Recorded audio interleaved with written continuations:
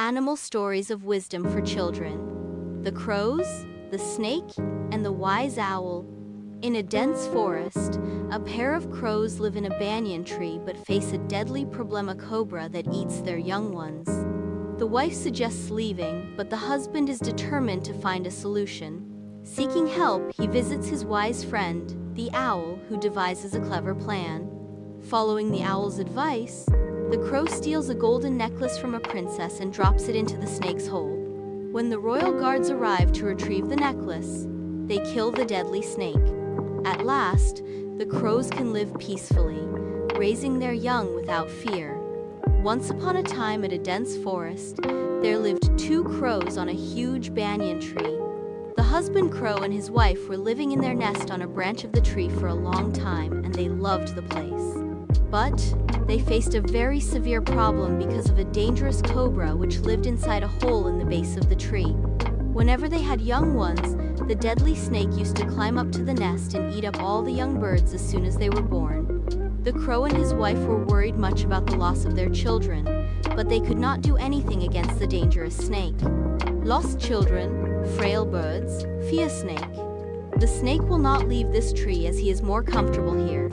So, let us leave this tree and build a new nest on another tree far away from this deadly place. The husband crow did not want to leave the tree. He explained to his wife, "Dear wife, we have been living on this tree from our childhood. This is the tree which has been giving us shelter since our childhood. I love this tree as my mother. We cannot leave this place which has been much useful for us. But I must find some ways to save our children from this snake." "But how are you going to save our children, dear? We can never fight this poisonous snake, and as soon as our children come out of their eggs, this deadly enemy will climb up to eat all of them." "There is no other way," cried the wife. "Don't cry, my wife. It is true that I am a weak bird and I am unable to fight the snake directly and kill him. But I must somehow devise a good scheme to kill him. The owl is my best friend. She is a bird of wisdom, and she is living on another tree near us. I will go and seek her advice to overcome this enemy," the crow said, and flew to meet his friend, the owl. He told the owl the whole story and asked her advice to kill the snake. The owl also did not like the snake. The snake had been harming all the birds in the neighborhood for a long time. So she thought, "Yes, this is the time we must do something to kill the snake with a scheme of wisdom." She looked at the sad-looking crow and said, "Do not worry, my friend, the snake will meet his death soon. Even though we are not strong enough to fight the poisonous snake directly, we can devise a plan to make the killing done by someone else." "But who is going to get near that deadly snake and kill him for us?" asked the crow with anxiety. The owl explained her scheme. "Dear friend, listen carefully.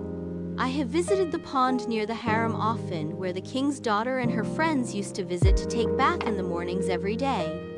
Some of the king's faithful soldiers used to come guarding her, and they stand around the pond.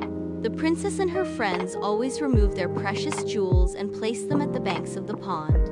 Tomorrow morning, you must fly to that pond and somehow manage to steal one of those precious jewels.